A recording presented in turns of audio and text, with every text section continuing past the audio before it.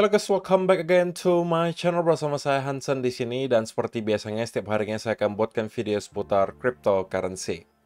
Apa kabar kalian hari ini semuanya? Semoga dalam keadaan yang baik-baik saja. Teman-teman, kita melihat Bitcoin dalam 24 jam terakhir cenderung mendapatkan pergerakan yang cukup membosankan. Sebenarnya kita hanya sideways dan terlihat volume untuk hari ini juga tidak terlalu besar, teman-teman. Nah, kita mau membahas kira-kira apa yang sedang terjadi dari segi price action, diikuti juga apa yang kira-kira bisa kita expect berikutnya. So, stay tune terus sampai akhir video. Nah, sekarang kita bakal mulai dari CoinMarketCap terlebih dahulu. Per hari ini secara global, market kripto berada di angka 2,66 triliun dolar atau naik sekitar 2,24%. Dari top 10 coin sendiri kita juga melihat keadaannya semuanya hijau, kenaikannya ranging antara 0, sekian persen hingga kurang lebih 3%. Dan menjadi top performer hari ini adalah Solana dengan kenaikan 3,83% menuju 188,81 dolar.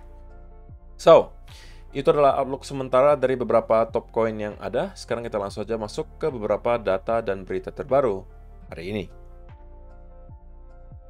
Nah, yang pertama teman-teman, sebagai perspektif saja bahwa hanya dalam kurun waktu kurang lebih 2 bulan teman-teman, kita telah melihat spot Bitcoin ETF terus mendapatkan demand yang konstan. Angkanya juga tidak kecil, teman-teman. Bahkan kalau kita akumulasikan sekarang, the new Bitcoin ETFs purchase more than 500,000 Bitcoin worth $35 billion in just 54 trading days. GBTC converted to an ETF and experienced large redemptions. Jadi teman-teman, bahwa dalam kurun waktu 54 hari, kalau spesifiknya, para spot Bitcoin ETF telah berhasil melakukan akumulasi sebesar 500.000 Bitcoin. 500.000 Bitcoin, teman-teman, adalah kalau kita baca di sini di US Spot Bitcoin ETFs hold. Ini kalau kita masukkan GBTC, totalnya 835.000 Bitcoin. Dan itu berarti adalah 4% dari total Bitcoin yang akan ada. Yang akan ada itu maksudnya apa? Kalau kita sudah selesai mining, kita sudah fix di 21 juta Bitcoin, nah mereka sudah memegang 4%-nya, teman-teman.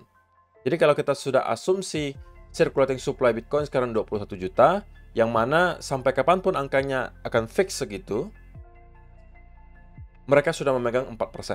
Dan itu dilakukan, teman-teman, hanya dalam kurun waktu 2 bulan. Bisa kalian bayangkan kalau konstan demand ini selalu seperti ini bertahun-tahun. Maka kita bisa melihat mereka sampai ke angka 2 digit secara persentase mungkin dalam kurun waktu beberapa tahun ke depan. Itu kalau asumsi ada sedikit pelambatan, teman-teman. Karena baru 2 bulan saja mereka udah memegang, ya anggap 2-3% lah kalau kita exclude GBTC misalnya. 2-3%. Itu dalam kurun waktu 2 bulan. Ya kan? 1 tahun kita ada 12 bulan. Artinya akan ada 6 kali daripada yang kita lihat sekarang. Kalau misalnya demand-nya konstan. Yang berarti bisa aja kita udah nge-hold atau melihat spot Bitcoin ETF itu nge-hold 10-12%. Ya dengan asumsi demand yang konstan. Kalaupun tidak, teman-teman, kalaupun misalnya demand-nya berkurang, dan katakanlah per bulan mereka hanya mampu meraup 0,5%, gitu, katakanlah seperti itu. Maka itu juga udah membuat penambahan yang lumayan besar. Oke, itu ada penambahan 5%. Kalau kita hitung 10 bulan. Artinya dalam setahun berarti mereka bisa meraup 7-8%. Atau kalau mau konservatif lagi, anggap aja setahun mereka cuma bisa meraup 5%, katakanlah. Berarti kalau 5 tahun, 25%, teman-teman. Dan rata-rata orang-orang yang membeli di ETF, itu kita bisa expect adalah orang-orang yang merupakan investor yang sudah berpengalaman, teman-teman. Walaupun tidak semua, tapi kemungkinan besar akan ada banyak yang sudah berpengalaman, dan rata-rata merupakan long-term holder. So, akan sulit tentunya bagi orang-orang yang baru mau masuk nantinya untuk mencari Bitcoin dengan harga yang murah. Pasti nggak ada lagi. semuanya membeli dan tidak mau menjual. Supply-nya sangat sedikit, sedangkan demand-nya selalu ada. Otomatis harganya pasti secara eksponensial akan terus mengalami kenaikan.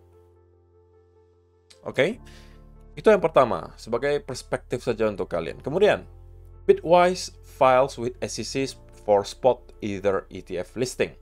Jadi setelah kemarin ada beberapa yang juga sudah mengajukan, diantaranya adalah BlackRock yang juga mau membuka spot Ethereum ETF. Kali ini Bitwise juga melakukan hal yang sama, teman-teman.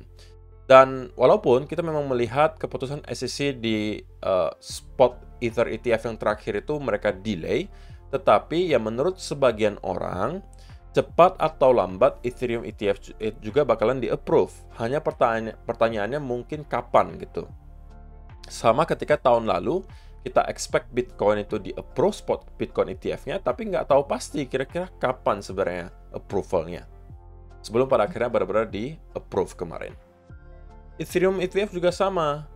Banyak yang expect bahwa ini hanya persoalan waktu saja kapan bakalan di-approve, tetapi untuk sementara memang dalam waktu dekat diekspektasikan belum akan di-approve, teman-teman. Tapi artinya bukan tidak mau di-approve ya, tapi masih di-delay. Jadi kalau misalnya nanti kita bisa melihat spot Ethereum ETF benar-benar di-approve, teman-teman, ketika demand yang besar juga masuk ke Ethereum, kita juga bisa expect itu akan berdampak sangat baik ke altcoin-altcoin lainnya. Kita tahu bahwa Ethereum ketika mengalami kenaikan, itu biasanya akan membawa dampak altcoin-altcoin yang di bawah lainnya, itu juga ikutan ketarik naik. Sehingga kita bisa mungkin melihat altcoin season yang belum pernah kita lihat sebelumnya, teman-teman. So, mudah-mudahan ini segera terjadi, gitu ya. Tapi kalaupun tidak, saya rasa tahun 2024-2025 ya akan menjadi tahun keemasan lah untuk kripto. Tanpa ada approval dari spot Ethereum ETF pun, saya rasa bull market ini akan terus berlanjut. Tapi tentunya euforianya akan lebih gila lagi jika spot Ethereum ETF ini bisa kita lihat di-approve dalam waktu dekat. Tapi untuk sementara persentasenya belum besar kalau bakalan di-approve dalam beberapa waktu ke depan. Dan juga yang terakhir teman-teman, spesifik untuk Bitcoin, kita mau cek sedikit gitu ya, untuk liquidation heatmap kira-kira sekarang bagaimana keadaannya. Nah, untuk 12 jam terakhir teman-teman, kita kembali melihat ada sedikit gitu ya, tumpukan likuidasi di sekitaran area 70.000 dan juga di 71.500. Jadi di time frame yang cukup kecil gitu ya, atau di area yang cukup kecil. Tapi kalau kita zoom out sedikit ke 24 hours, maka kita bisa melihat bahwa tumpukannya sekarang ya, untuk sekarang 24 jam terakhir itu lebih banyak sedikit di arah bawah. Sekitaran 70.000 sampai ke area 69.000 dolar, kurang lebih seperti itu. Jadi ya kita mungkin bisa expect bahwa market maker akan mencoba gitu ya, mencoba untuk meliquid orang-orang ini. Dan kebetulan kita melihat volume market juga tidak terlalu besar karena mungkin ini juga hari libur dan juga kita udah menjelang weekend, otomatis chance bagi market maker untuk mencoba mendorong ke harga yang mereka mau itu mungkin lebih gampang gitu ya, karena liquidity lagi tipis.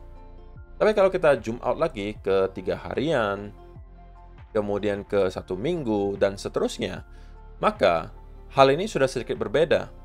Kalau 3 harian, kita bisa lihat dengan jelas bahwa tumpukannya itu jauh lebih banyak di atas. Di 72.000 sampai kurang lebih 73.000. 1 week juga sama, kita melihat tumpukannya di sekitaran 72 sampai 73.000 dolar. Oke, walaupun di bawah juga ada, tapi lebih jelas tumpukannya di atas. Itu jauh lebih banyak. Kalau 1 bulanan, kita juga melihat hal yang sama gitu ya, bahwa lebih banyak itu tumpukannya ada di atas nih. Nah, jadi teman-teman, kalau misalnya kita melihat data tersebut, maka ada chance bahwa market maker akan mencoba untuk sedikit mendorong harga ke bawah terlebih dahulu, kemungkinan untuk meliquid orang-orang yang melakukan long di sekitaran area ini. Maka saya juga bisa expect sebenarnya area di mana mereka menaruh stop loss itu ya kurang lebih harusnya ada di sekitaran area ini. Nah, ini adalah area yang kemungkinan banyak stop loss-nya, teman-teman. Kenapa?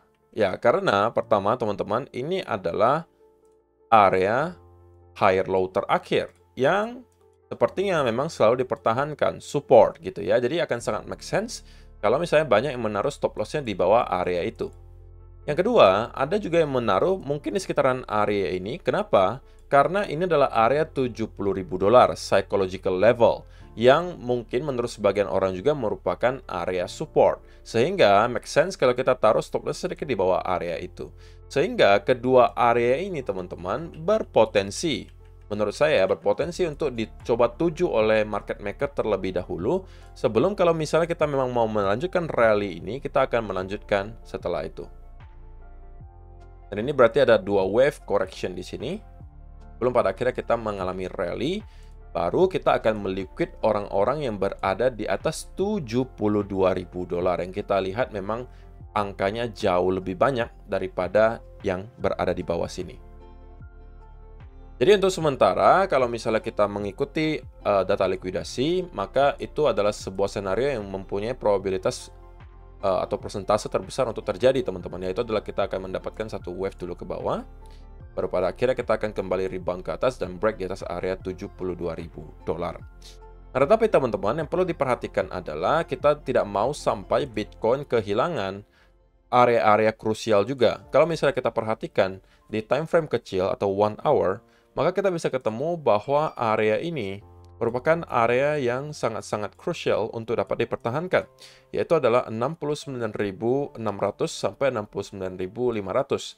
Nah, jika sampai area ini juga tidak mampu kita pertahankan, maka kita berpotensi kemungkinan besar untuk kembali ngeretest ke area low terakhir di sekitaran area 68.400 atau bahkan break ke area lower low baru, dan kita bisa membuat wave kedua dari sini.